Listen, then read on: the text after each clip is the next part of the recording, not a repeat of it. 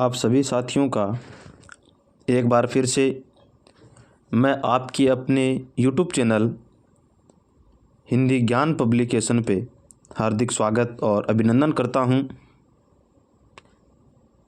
साथियों, हम हिंदी साहित्य का महाअभ्यास कर रहे थे और हिंदी साहित्य में हम प्रश्नों की श्रृंखला है वो चल रही है। आप सभी को सबसे पहले मैं जितने भी शिक्षकगण जिनका पेपर है उन सभी को, द्वितीय श्रेणी को, उन सभी को आप सभी को ईश्वर से मांगते हुए भगवान से मैं प्रार्थना करता हूं कि आपका पेपर है वो अति उत्तम तरीके से जाए और ये मेरी अग्रिम शुभकामनाएं हैं। तो आइए हम शुरू करते हैं हमारे पहले प्रश्न। हमारा आज का महत्वपूर्ण प्रश्न है वो यह है कि अमीर खुसरो का जन्म किस स्थान पर हुआ था। अमीर खुसरो का जन्म है ग्राम पटियाला, जिला कासगंज, उत्तर प्रदेश में। पटियाला जिला है, पटियाला नहीं सॉरी पटियाली जिला है। पटियाला, पटियाली न कि पटियाला। पटियाला अमृतसर पंजाब वाला नहीं है। मैं पटियाली कासगंज उत्तर प्रदेश में। इसी तरीके से जन्म स्थान लिखा है। अगला प्रश्न है अमीर खुसरो का वास्तविक नाम क्या था। अमीर खुसरो का जो वास्तविक नाम है वो अबुल हसन था। क्या नाम था? अबुल हसन। वेरी इंपॉर्टेंट प्रश्न है कि आदिकाल के अंतिम चरण के सबसे लोकप्रिय कौन थे? अमीर खुसरो। यह प्रश्न है वो महत्वपूर्ण प्रश्न है। आदिकाल के अंतिम चरण के सबसे लोकप्रिय कवि अमीर खुसरो हैं। बहुत ही महत्वपूर्ण प्रश्न है। 704 नंबर का प्रश्न है अमीर खुसरो के गुरु का नाम निजामुद्दीन औलिया। हम इनके गुरु का नाम और इनकी एक एक लाइन से प्रश्न क्यों बना रहे हैं? क्योंकि पिछली बार इनका जो गुरु है निजामुद्दीन औलिया, इनकी मृत्यु के ऊपर इनकी कुछ पंक्तियां देकर के पूछ लिया था कि ये पंक्तियां किन की है। इनकी उसकी भी हम आगे चर्चा करेंगे। हमारा अगला प्रश्न है खड़ी बोली काव्य का सर्वप्रथम प्रयोग करने वाले कवि है अमीर खुसरो। ये प्रश्न महत्वपूर्ण है। खड़ी बोली काव्य का सबसे पहले प्रयोग करने वाले कवि है वो अमीर खुसरो है। अगला प्रश्न है निम्नलिखित पंक्तियां किसकी है। ये पंक्तियां पूछी गई थी। वेरी इंपॉर्टेंट प्रश्न है, महत्वपूर्ण प्रश्न है। निम्नलिखित पंक्तियां किसके कि गोरी साबे सेज पर मुख पर डाले केस चल खुसरो आपने रेन भई चहुं देश। गोरी साबे सेज पर मुख पर डाले केस चल खुसरो आपने रेन भई चहुं देश। इस देश से चले इनके गुरु खत्म हो गए। इसके ऊपर अमीर खुसरो ने अपने गुरु निधन के ऊपर ये पंक्तियां बोली थी। वेरी इंपॉर्टेंट प्रश्न है। 707 नंबर का प्रश्न है ब्रज और अवधि को मिलाकर काव्य रचना का प्रथम प्रयास किस कवि ने किया था। ब्रज भाषा और अवधि भाषा को मिलाकर के सबसे पहले ये प्रश्न है वो इम्पोर्टेंट प्रश्न है। अमीर खुसरो ने ब्रज भाषा प्लस अवधि दोनों को मिलाकर के प्रथम बार इन्होंने काव्य रचना का प्रयास किया है। अमीर खुसरो हैं। अगला प्रश्न बहुत ही महत्वपूर्ण प्रश्न है। वेरी इंपॉर्टेंट प्रश्न है।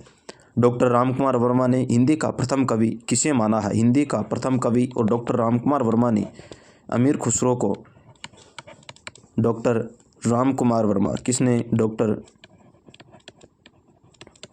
रामकुमार वर्मा जी ने प्रथम कवि है वो हिंदी का अमीर खुसरो को माना है। बहुत ही महत्वपूर्ण प्रश्न है। किसे हिंदुस्तान की तोती और तोता हिंद के नाम से जाना जाता है। यह प्रश्न मिलान में पूछा जा सकता है। अमीर खुसरो को जाना जाता है। अगला प्रश्न है डॉक्टर ईश्वरी प्रसाद सिंह ने अमीर खुसरो को क्या कहा है। बहुत ही महत्वपूर्ण प्रश्न है, इम्पोर्टेंट प्रश्न है। ईश्वरी सिंह ने अमीर खुसरो को महाकवियों का राजकुमार है वो कहा है। या ऐसे पूछेगा अमीर खुसरो को महाकवियों का राजकुमार किसने कहा है? तो अमीर खुसरो को ईश्वरी प्रसाद सिंह ने कहा है। अगला प्रश्न है, अमीर खुसरो ने दिल्ली सिंहासन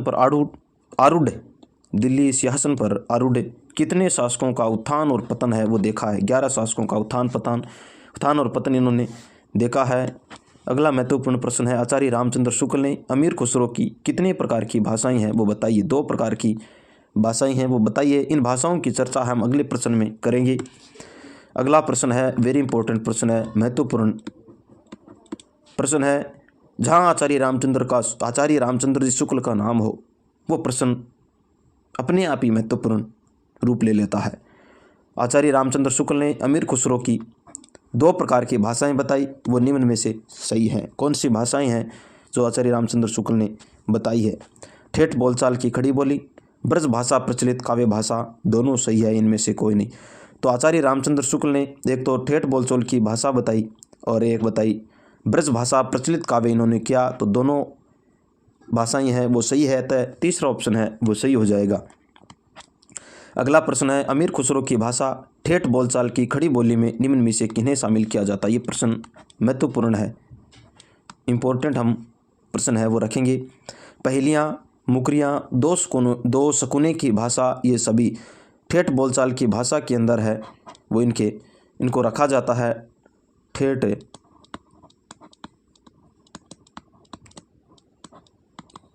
ठेठ बोलचाल की खड़ी बोली, इसके अंदर इनको रखा जाता है। तो ये चौथा ऑप्शन है सही हो जाएगा। अगला प्रश्न है, अमीर खुसरो की भाषा ब्रज भाषा, प्रचलित काव्य भाषा में शामिल है। गीतों को और दोहों को शामिल इसके अंदर किया जाता है। ब्रज भाषा के अंदर गीत और दोहे है। अगला प्रश्न है, निम्न में से कौन सी रचनाएं अमीर खुसरो की है? वेरी इंपॉर्टेंट प्रश्न है, महत्वपूर्ण प्रश्न है। पहेलियाँ, मुकरियाँ, दो शकुने, खालिक बारी, नूहे सिपर, ये सभी रचनाएं हैं वो अमीर खुसरो की है। वेरी इंपॉर्टेंट प्रश्न है। अमीर खुसरो की रचनाओं से संबंधित हमने ट्रिक भी डाल रखी है, शायद वीडियो में नहीं डाली है तो हम डाल देंगे, आप देख लेना उनको। अगला प्रश्न है, अमीर खुसरो की रचना खालिक बारी है। ये प्रश्न बहुत ही महत्वपूर्ण है। खालिक बारी के अंदर क्या है? फारसी और हिंदी का शब्दकोश है, उसे हम क्या कहते हैं अमीर खुसरो के द्वारा? तो उसे हम खालिक बारी कहते हैं। अगला प्रश्न है, अमीर खुसरो की किस रचना का प्रयोग गयासुद्दीन तुगलक के पुत्र को फारसी का ज्ञान करवाने के लिए किया गया था? खालिक बारी, ये प्रश्न वेरी इंपॉर्टेंट प्रश्न है। किसका प्रयोग है? किसने अमीर खुसरो की रचना का गयासुद्दीन तुगलक के पुत्र को ज्ञान कराने के लिए, किसका ज्ञान? फारसी भाषा का खालिक बारी को प्रयोग में लिया गया था। अगला प्रश्न है, नूहे सिपर रचना किसकी है? नूहे सिपर रचना है अमीर खुसरो की है। अगला प्रश्न है, अमीर खुसरो की किस रचना में प्रयोग विभिन्न भाषाओं के ज्ञान व बोलियों के संबंध में विस्तार से वर्णन मिलता है? किस भाषा का प्रयोग अमीर खुसरो की किस रचना में विभिन्न भाषाओं के ज्ञान अथवा बोलियों के संबंध में विस्तार से नूहे सिपर के अंदर इसका मिलता है? अगला प्रश्न, सितार वाद्य यंत्र के आविष्कार अमीर खुसरो को माना जाता है। वेरी इंपॉर्टेंट प्रश्न है, ये प्रश्न पूछा गया है। ढोला मारूरा दूहा रचना के रचनाकार कौन है? मिलान में आया था शायद, कवि कलोल। ढोला मारूरा दूहा रचना के रचनाकार कवि कलोल है, और इसके अंदर कुछ पदों को जोड़ा गया था अन्य कवि, उसकी भी हम प्रश्नों में आगे यही आ गया ना 16। ढोला मारूरा दूहा रचना 17वीं शताब्दी में दूहा छंद में रचित रचना। किस कवि ने चौपाइयाँ जोड़ करके पुनर्रचना की थी? कवि कुशल लाभ। इस प्रकार कुशल लाभ ने इसके अंदर क्या जोड़ी है? चौपाइयाँ है वो जोड़ी है। अगला प्रश्न वेरी इंपॉर्टेंट प्रश्न है, ढोला मारूरा दूहा रचना में किसका वर्णन मिलता है? इसके अंदर वर्णन है वो किसका मिलता है? नल के पुत्र ढोला, पुंगल की पुत्री जिसका नाम मरवण है, और मालवा की राजकुमारी है जिसका मालवण है। इसका त्रिकोण वर्णन है, प्रेम का त्रिकोण का वर्णन मिलता है। ये प्रश्न है वो वेरी इंपॉर्टेंट प्रश्न है, वेरी इंपॉर्टेंट प्रश्न है। आचार्य रामचंद्र शुक्ल ने किस रचना की दोहों को हेमचंद्र और बिहारी के बीच की क्या माना है, कड़ी माना है। आचार्य रामचंद्र शुक्ल ने किस रचना की दोहों को हेमचंद्र और बिहारी के बीच की कड़ी माना है, तो ढोला मारूरा दुआ है। इस रचना को हेमचंद्र और बिहारी के बीच की कड़ी माना है। वेरी इंपॉर्टेंट प्रश्न है, महत्वपूर्ण प्रश्न। अगला वेरी इंपॉर्टेंट महत्वपूर्ण प्रश्न है, राउलवेल रचना के रचनाकार रोड़ा कवि हैं। ये प्रश्न है, ये पूछा गया था, वेरी इंपॉर्टेंट प्रश्न है, फर्स्ट ग्रेड भर्ती के अंदर पूछा गया प्रश्न है। राउलवेल रचना से संबंधित सही कथन है, हमें सही और गलत का सबसे पहले गोला कर लेना है। 10वीं शताब्दी में रचित शिलांकृत कृति है, हिंदी साहित्य का प्रथम चंपू काव्य है, बिल्कुल सही है। रचनाकार इसके रोड़ा कवि है। डी सभी सही, इनमें से कोई नहीं, तो ऊपर के तीनों सही, अतः चौथा ऑप्शन है इसका सही होगा। अगला प्रश्न है, हिंदी साहित्य की प्रथम चंपू काव्य रचना कौन सी है, राउलवेल है। यह प्रश्न पूछा गया था, वेरी इंपॉर्टेंट प्रश्न है कि हिंदी साहित्य की प्रथम चंपू काव्य कौन सी है, तो वह है राउलवेल, रोड़ाकरी द्वारा रचित है। किस रचना में नक्षिक वर्णन का प्रथम बार प्रयोग मिलता है, एक से एक बढ़कर के वेरी इंपॉर्टेंट प्रश्न है, वो आप सभी के सामने आ रहे हैं। रोड़ाकृत द्वारा राउलवेल रचना के अंदर प्रथम निक्षिक वर्णन प्रथम किसका मिलता है, नख सिख का प्रथम है वो प्रयोग किया गया इसके अंदर। अगला महत्वपूर्ण प्रश्न है, रोड़ाकृत रचना राउलवेल में कितनी बोलियों के शब्द मिलते हैं, तो इसके अंदर 7 बोलियों के शब्द है। इस प्रकार इसके अंदर कितनी बोलियों का प्रयोग किया गया है, 7 बोलियों का प्रयोग है वो किया गया है। अगला प्रश्न है, राउलवेल रचना में किस भाषा के शब्द अधिक मिलते हैं। राउलवेल रचना के अंदर राजस्थानी भाषा के सबसे अधिक शब्द है वो देखने को मिलते हैं। कुल भाषा इसके अंदर है वो 7 भाषा का प्रयोग हुआ है। अगला वेरी इंपॉर्टेंट प्रश्न है, रोड़ाकृत रचना राउलवेल का वर्ण्य विषय क्या है। नायिका जिसका नाम राहुल के सौंदर्य का वर्णन पद्य में किया गया, पहले पद्य में फिर गद्य के अंदर। पहले इनका प्रयोग है गद्य में किया, उसके बाद गद्य के अंदर, पद्य और गद्य के अंदर किया गया है। अगला वेरी इंपॉर्टेंट प्रश्न है, महत्वपूर्ण प्रश्न है, बसंत विलास रचना किसकी है। केशवदास हर्षदयाल की रचना है। केशवदास हर्षदयाल की रचना बसंत विलास है। ये प्रश्न शायद पूछा गया है पहले किसी भर्ती में, मुझे याद नहीं आ रहा।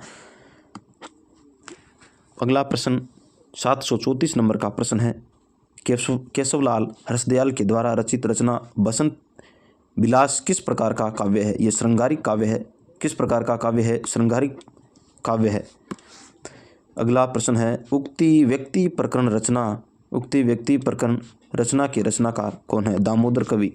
प्रश्न इंपॉर्टेंट है कि उक्ति व्यक्ति रचना है उसके दामोदर कवि है। उक्ति व्यक्ति प्रकरण, इसके जो रचनाकार है वो दामोदर कवि है।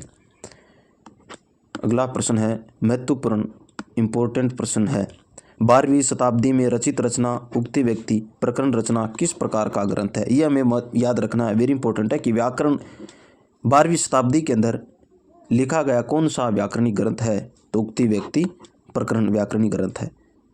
अगला प्रश्न है 737 नंबर का है, दामोदर कवि द्वारा रचित रचना जिसका नाम उक्ति व्यक्ति प्रकरण रचना में किसका चित्रण किया गया, बनारस शहर की संस्कृति का चित्रण इसके अंदर मिलता है।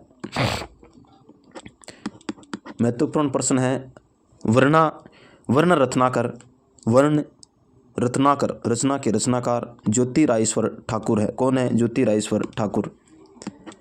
अगला प्रश्न है, 14वीं शताब्दी में रचित रचना वर्ण रत्नाकर एक है। मैथिली भाषा का शब्दकोश इसको माना जाता है। इंपॉर्टेंट प्रश्न है, मैथिली भाषा का शब्दकोश है वो किसे माना जाता है। इसे पूछेगा, निम्न में से मैथिली भाषा का शब्दकोश है, तो वर्ण रत्नाकर है दामोदर कवि,